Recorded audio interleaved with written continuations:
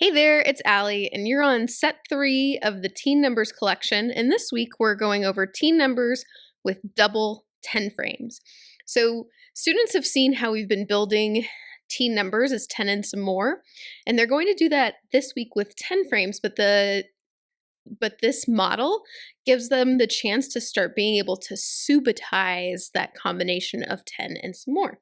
Monday is a little bit of a longer session than normal because it's got some review, but it moves quickly, so it might not actually end up being longer.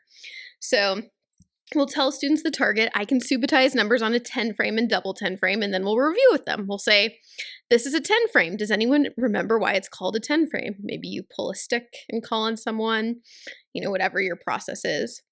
And then we can tell them, it is a frame with 10 boxes. Let's count to verify.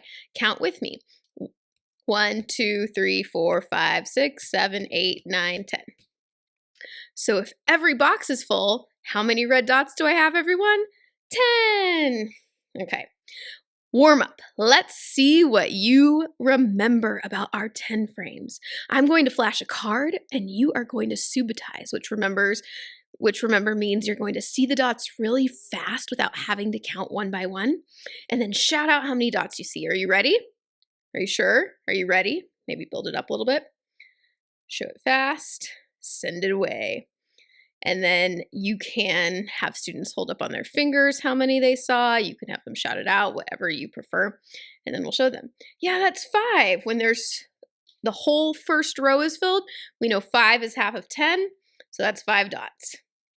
Oh, I just gave the answer, but you could pull a stick and ask a student how they know. Now I'm going to transition to using double 10 frames for the teens. So I'm going to say, what if I had 2 full 10 frames? How much is that? Give students a chance to shout it out or pull a stick, however you want to do it. And then I'm going to connect it to the learning they've done before. I'm going to say, hint, it's also 2 10s. So 2 full 10 frames filled out is the same as 2 10s. Remember how we count them? 10, 20.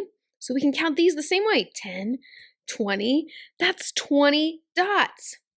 We can use 2 10 frames called double 10 frames to build teen numbers like we've been building. Watch. Just like we built 13 from 1 10 and 3 1s, we can build 13 from 1 full 10 and 1 10 frame of 3. Let's try it. What number is this? I want you to think about it. I see 10 at the top and 5 at the bottom. We know 10 and 5 is 15. Write it on your boards. Okay, so that transitions you into the learning for Monday. And so Monday and Tuesday are going to be this, where they're looking at the 10 frames. We're breaking it apart with the decimal cards like we did before, showing how to build a number and giving them the model for writing.